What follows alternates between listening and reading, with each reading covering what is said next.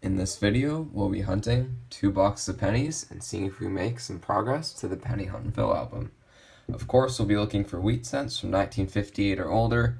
We'll also be looking for any foreigns, proofs, errors or varieties, or any other interesting things we can find. Also pulling aside the copper we get, seeing how much we can fill up the copper jar. Have checked both these boxes for enders. We do just have 1 Canadian ender per box. We have a more modern one in box 2. Then the first roll, box 1, does have another one as well, so decent sign, no wheat cent enders, so hopefully we have a good amount of those inside the rolls. So, start hunting box number 1, and I'll bring you in on the first find. Roll 3, just uncovered the first wheat cent of the hunt. Is just from the 50s, but it gets us started. 1956 from Denver. Next roll, just uncovered the second wheat cent of the hunt, so we're definitely getting off to a pretty good start. This one is just the last year, 1958 Denver. Just opened roll 10, and I see the edge of wheat cent number 3, as well as something kind of interesting. We have kind of a gold colored coin here. I'll take out first. Might just be gold plated or odd colored, but it's 1988 Denver. It's pretty cool. And then what I brought you in for was this third wheat cent right here, which is going to be the 1937 out of Philly. Don't need it for the album, but definitely great to see one from the 30s. Roll 15, just uncovered, wheat cent number 4, and it is an oldie. Just a few coins into the roll, we have a 1919 out of Philly, and it's actually in really nice shape for being that old. It is a very common year, but being this nice could definitely be an upgrade for the album. Very nice 1919 wheat cent, well over 100 years old. That is an awesome find. Roll 21, first interesting thing, a couple rolls back, I did get my first 2023 penny, pretty cool, but I bring you in for our next wheat cent, and it's another oldie. It's wheat cent number 5, we already got a 1937, we did get another one. 3 out of 5 wheat cents being oldies is super cool. This one does have a bit of a grease strike on the last 3 letters of trust, which is pretty interesting. But 3 oldies out of 5 wheat cents, definitely great to see. Let's go. Just opened roll 30. We have wheat cent number 6 in this roll right here. This time we're going to have 1942 from Denver. Roll 46, and we're finally going to have another wheat cent. This one's going to be the 7th for the box. Last 15 or so rolls have been completely cold, but I do see another wheat cent right here, which is great to see. This one is, wow, a 1934 Denver. Over half the wheat cents in this box have been oldies. That's awesome. I do believe we have this for the album, but this one's not in too bad a shape other than a weak strike, so this one could be an upgrader as well. A few nice oldies in the box. It's great to see. That's another awesome find. Roll 48, and at least the end of the box is heating up a little bit because we're going to have the 8th wheat cent in this roll. This one's near the start of the roll right here. Let's see if we can get another oldie. Nope, it's just another later one, 1955 from Denver.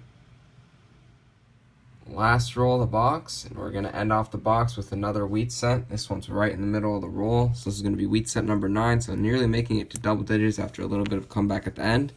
This one actually is pretty nice with a little bit of luster on it, even though it's brown. It's a 1946 out of Denver. First penny box has been hunted, and it was definitely a great box. Didn't get to 10 wheat cents, only got 9, but of those 9, 4 of them were older, which is awesome. 2 1937s, a 1934D, and a 1919. Super cool to find. Already have them off of the album, but the 1919 and 34D are actually pretty nice, so I think those could upgrade. Did get 5 Canadians as well. Also that gold colored 1988, as well as the first 2023 penny I've seen.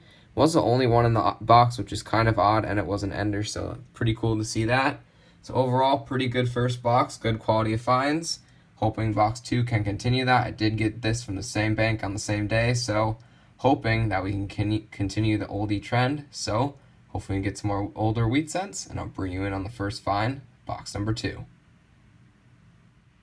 Roll 10, just opened the roll, and we're finally going to have the first wheat cent of box 2. A bit of a slow start, hoping we can pick up, do a 59 in front of it as well, but we do have the first wheat cent of the box. It's pretty nice.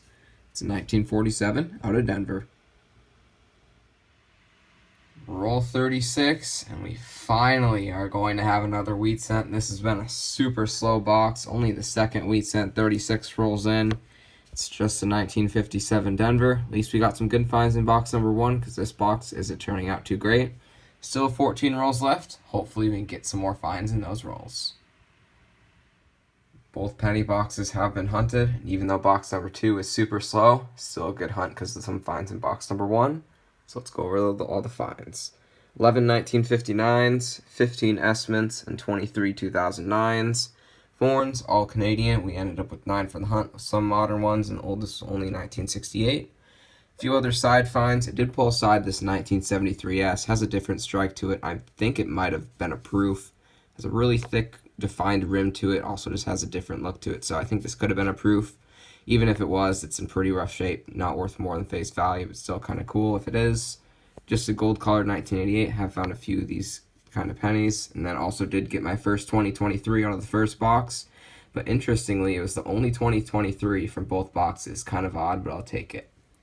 Wheat cents were definitely light. We got 9 from box number 1 and only 2 from the second box. That might have been my worst penny box ever, but either way, box number 1 did have some good oldies for us. 2 1937 Phillies, a 1934 Denver, and a 1919 out of Philly. Don't need any for the album, but the 1919 and 34D are actually in pretty good shape, so I think those could upgrade.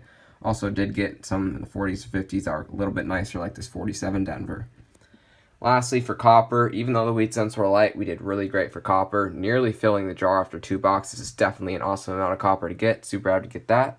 So, now, we can go through all the finds. And we don't have any additions, but might have some upgrades to the album. So, I'll bring you back when I've updated the album. Just finished upgrading the album. I'm happy to say we made a good amount of progress today. No additions, but we did end up with 5 upgrades, which is awesome. Did pull aside a lot of nicer memorial cents in this episode since I was seeing some. Those were a lot of the upgrades. First upgrade, and probably my favorite find in the hunt, was that 1919. It has a really good detail for being in the teens. Awesome upgrade there. 34D did not upgrade. The one we had was already pretty nice, but we did upgrade another wheat cent. Upgraded the 42D, just a slight upgrade there. Definitely a better strike than the last one. Also upgraded the 1973S. Good upgrade there.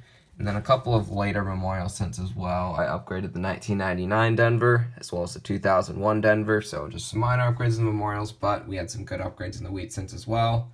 Always great to get a few upgrades, even when the finds are light. Had some pretty cool finds in this episode. This was definitely a fun episode of the Penny Hunt and Fill series.